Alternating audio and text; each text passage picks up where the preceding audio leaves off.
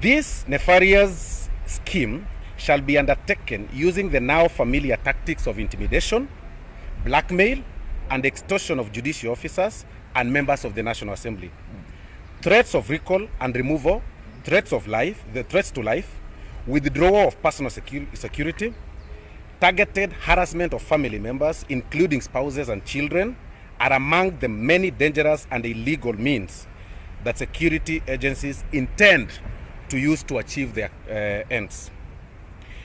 There are also arrangements to apprehend members of parliament of fabricated charges by the Director of Criminal Investigations, the Ethics and Anti-Corruption Commission, and the Kenya Revenue Authority in order to wear out the leaders by shuttling them between the courts and police stations in the name of trumped-up charges. The intention is to inflict immense stress and anxiety on affected persons to the point of exhaustion and to inflict actual harm upon others.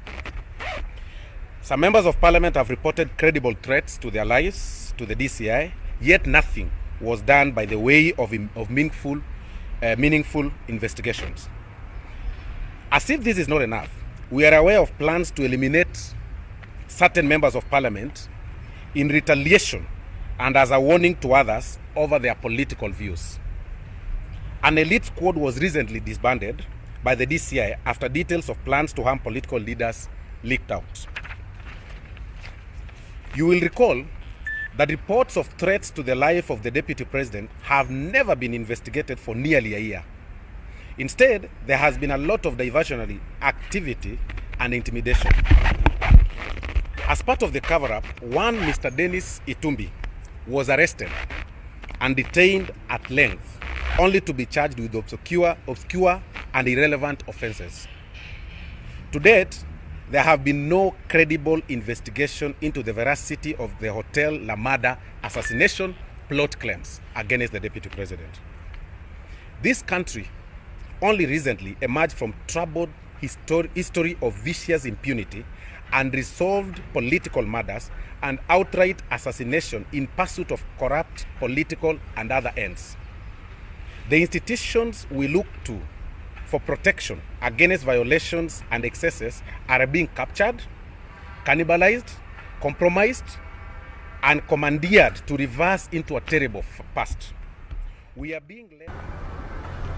The reason why security for vocal and independent leaders has been withdrawn is to make them easier to harm through discreet attempts such as poisoning, apparent accidents, and seemingly ordinary robbery incidents.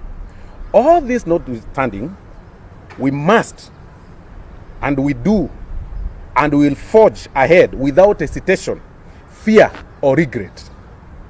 We reiterate our commitment to uphold our Constitution and defend the rule of law.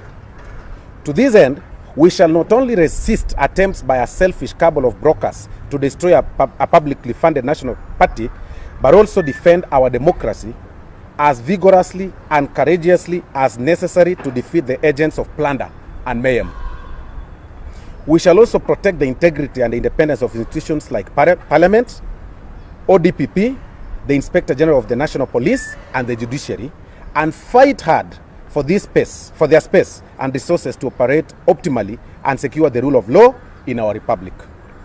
We take great exception with the manner in which elected parliamentary leaders are being intimidated and purged without any reason. The planned removal of the Deputy Speaker of the Senate, Professor Kithure Kindiki, which comes hot on the heels of the illegal oust of Majority Leader Kipchumba Murkomen and Majority Whip Senator Susan Keheka, is callous and democratic, and is intended to subdue Parliament in its role as it checks the excesses of the executive. This is the height of betrayal of individuals who worked tirelessly to not only ensure the Jubilee Party wins the last general election, but guarded the administration in their respective positions while ensuring fairness and upholding the rule of law. We continue to reach out to our friends in the non-governmental sector, locally, and all our friends beyond our borders, including those to whom we have written through the foreign missions. We have also alerted human rights watchdog organizations, including the International Criminal Court, to consider investigating many incidents of human rights violations and possibly escalate towards international crimes and crimes against humanity. The consistent violation of human rights, the increase in political intimidation, the use of violence against citizens, the planned assassination of politicians, and the incipient climate of repression, autocratic tyranny, violence, repression, arbitrary contractions of democratic space, and threats to human rights and fundamental freedoms are matters of great concern that must be resisted forcibly and perpetrators ultimately called to account. End of statement. Let me just want to add one statement. Kenyans are aware of where we have come from as a country, and it took us even the death of very many prominent Kenyans to die for this country to reach where we are here. But we are beginning to drift back to those days.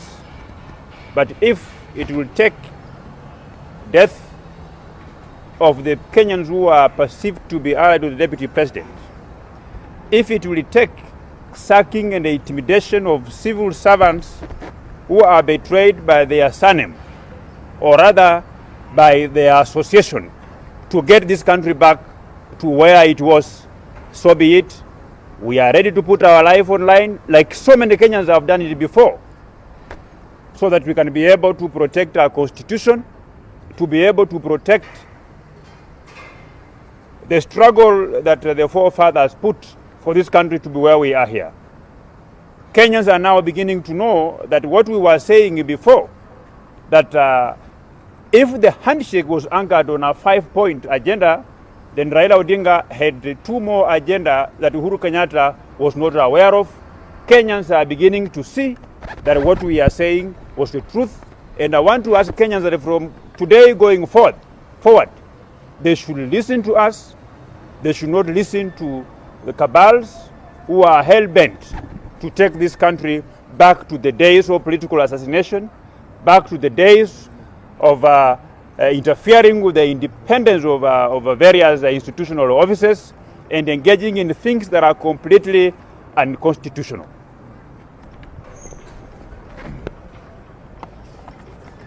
Let me add by just explaining to you, because maybe you are lost, what's happening in this country. And what's happening is very simple. Because of COVID-19 and because of the economic situation we are in, people who think that they own this country have concluded that they cannot hold a referendum. I have my chairman of budget committee here, we can confirm, Honorable Moshiri, Honorable Florence Bole, we are in budget committee, because we don't have the money for the referendum. We are even trying to get money for very basic needs. So having realized that, they have decided now that they will bring these BBI changes to Parliament. But before they do that, they have to shoot us from the Air Force, from the air, up there. So all the intimidation, the removal of Murkomen, the removal of Susan Kihika, the removal of Professor Kindiki, it's all geared to intimidate members so that when that report comes to this house, people can vote a certain way. But unfortunately for them, you know, the nominated senators are mostly our sisters. When people are just left to intimidate women, what kind of men are they? Because that's all that they have left to do. I know Honorable Kanini Kega has a motion ready for impeachment of the Deputy President William Ruto. And I'm just wondering, and I want to ask Honorable Kanini, Ruto was fired by Uhuru Kenyatta a long time ago. Why are we firing him twice? Because he's not involved even in matters of governance. In the mind of Uhuru Kenyatta, he fired William Ruto a long time ago. William Ruto amekubali, anagojea tumalize term yetu, tuende kazi hiyo ingine. So why bother with all those things? Why impeaching somebody who is already impeached by design by Uhuru Kenyatta? It's an exercise in futility, it's a waste of time, save us that breath. So, my message is, if these things are being done to intimidate us, as parliament, give up. We are not about to give up. We will not give in to fear. And as we have said again and again, we would rather die on our feet than live on our knees. Hakuna wakati tutakubali kuishi kwa vitisho. Hizi vitisho pia zilikuwa zimeelekezwa kwetu ambao tuko kwa budget, tukubali ile budget ililetwa.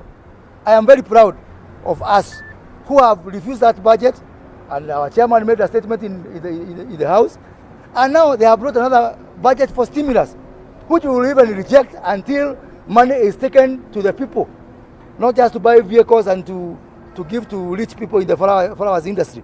Selfishly, we will ensure that we put money where it is going to help Mwananchi who is suffering, people who are jobless at home, people in the hotel industry who have been retrenched and all over.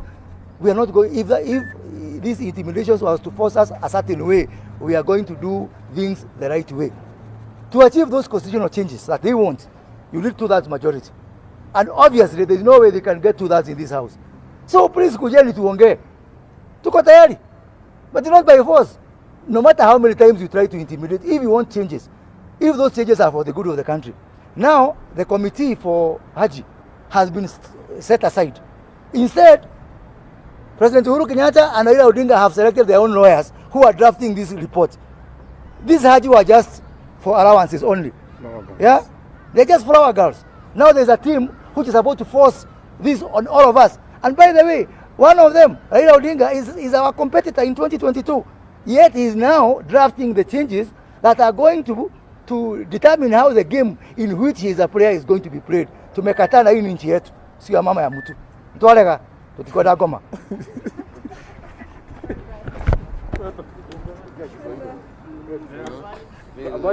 Moja kidogo mheshimiwa ongea. Acha niongeze kwa Kiswahili. Ninaunga mkono wenzangu vile wamesema. Mambo yale yote wamesema ni mambo nyeti. Na ni mambo inahitaji kufuatiliwa na kuangaliwa na Wanakenya. Lakini ajabu ni kuwa hawa wanaofanya hii hawaoni kama Wanakenya wanaangalia. Ukienda mpaka kwa mama mboga, maswali ni hii tunazungumzia hapa. Ukienda kwa manamba, swali ni hii tunazungumzia hapa. They are worried. Na mimi nauliza rais wetu, hii mambo ikifika kuharibika, wewe ndio utabeba mzigo. Kwa sababu it's very expensive kubeba upinzani. Very expensive. Wamechukua pesa ya economy ya nchi yote, they have looted the money. Upinzani kazi yao ni hiyo, hawana kazi nyingine. Mwananchi saa hii ana shida. Na tunauliza, kama hii vita yote ni ya deputy na president. President is the boss. Why can't he call the deputy? Because the deputy cannot call the president. The president can call the deputy. Na azungumzia Wanakenya awaambie huyu mtu tumekosania hii na hii tusikie, so that we can be able to assess. Lakini now that cannot happen. Imelete shida kwa mwananchi chini, kwa Senate, kwa Assembly, kila pahali, kwa watu ya matatu, everybody has a problem. Because our decision can be made within 1 hour. Within 1 hour. Sisi tunajua constitution vile wenzangu wamesema tuifuate. It is unconstitutional kuchukua upinzani na ukue wewe ati you can nominate them to be the ministers the way you are doing now, because now opposition that's what they are fighting for, kupoa minister, kupoa nani. It's unconstitutional kwa sababu sisi ni Jubilee na tuko na mpango yetu. You can work with the opposition, no problem, but kuwaingiza kwa serikali wao hao ndio wanapanga serikali, it is very bad. Ninakubaliana na wenzangu, intimidation. Nataka niulize swali mpaka nyinyi mko hapa. Wakati mtu amekunyaganya security, amekunyaganya bunduki zako zote, next, na hiyo ni serikali, what is next? Is to make sure that they can access you for killing. It's not because of anything else. Yes, why? Which other reason can they be given? They have done of, yes, ili waweze kuua vile wanataka. We are ready to die. Siku ya Kenyatta, people died and they went. Siku ya Moi, they went.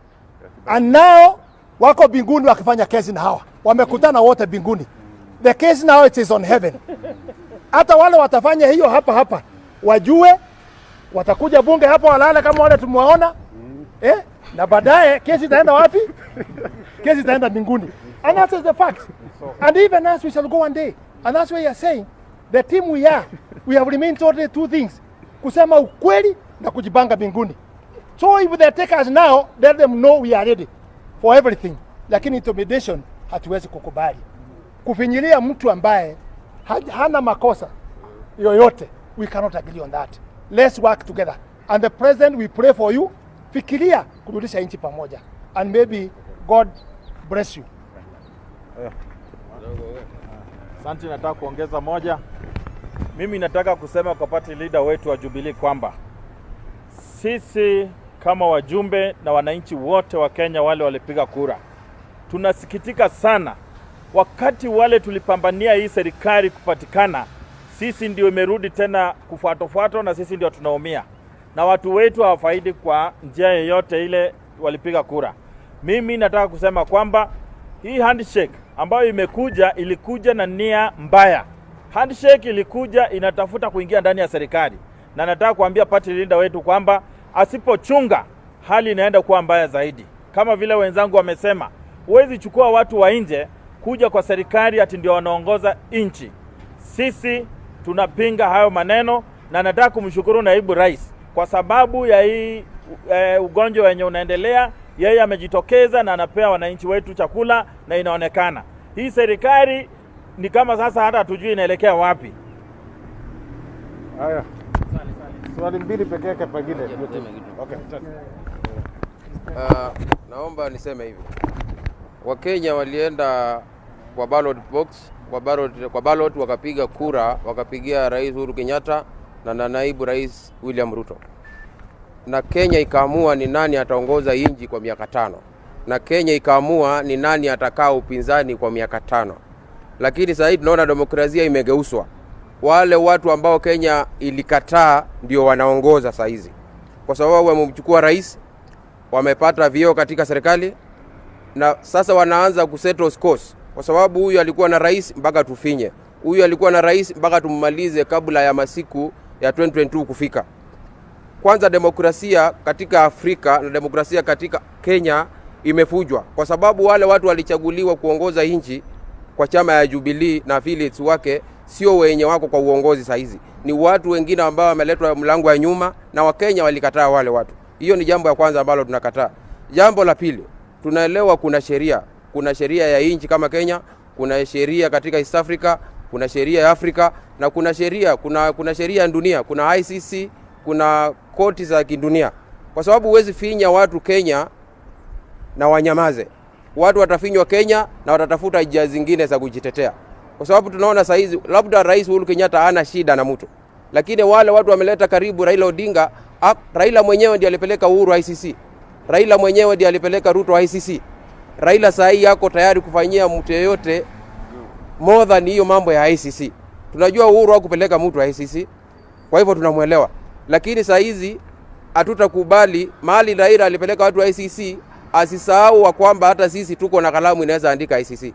Na kama wabunge Raila akiendelea, we are documenting all these things zenye makosa inafanyika na mwishowe hata yeye mwenyewe atajipata ICC. Hatutakubali watu kufinywa na watu kunyanyazwa wakati wanatetea nchi yao. Mambo ya mtu kuja na kifua ndio wafuruge amani. What will happen when the dust settles? Kenya wakati dust settle tutasema nini? Huyu aliumizwa, nchi inaanza kuwa na mgawanyiko na chuki. Hiyo hatutaki. Lakini waelewe ya kwamba ile kalamu iliandika barua ICC bado iko hapa Kenya, barua inaweza andikwa. Yes.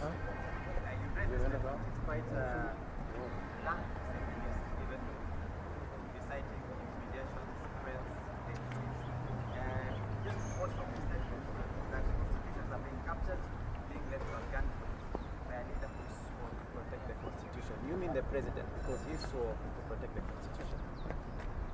Precisely. You know, when everything rises and falls on leadership. When institutions are crumbling, when institutions are failing, the blame goes to the top. Everything goes back to the top. So we really do not, I mean, your guess is as good as mine. Who is at the top? Let me add here, so there's no guesswork. this country is officially under a dictatorship. Mheshimiwa Kuria, you and Mheshimiwa Kimani Ichung'wah, you're part of the members chairing some of the committees. Aren't you afraid that after the purge in the Senate will be one of the victims? My friend, I'm only an MP for 5 years. Was I dead before I became an MP?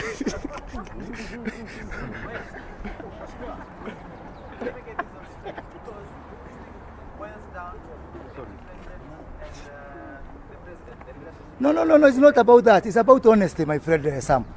It's about honesty. Ni dhulma. It's not about president and deputy president. It's about righteousness and evil. Mungu na shetani. Instead of planning to help the country to fight COVID-19, you call senators to discuss about an individual deputy president.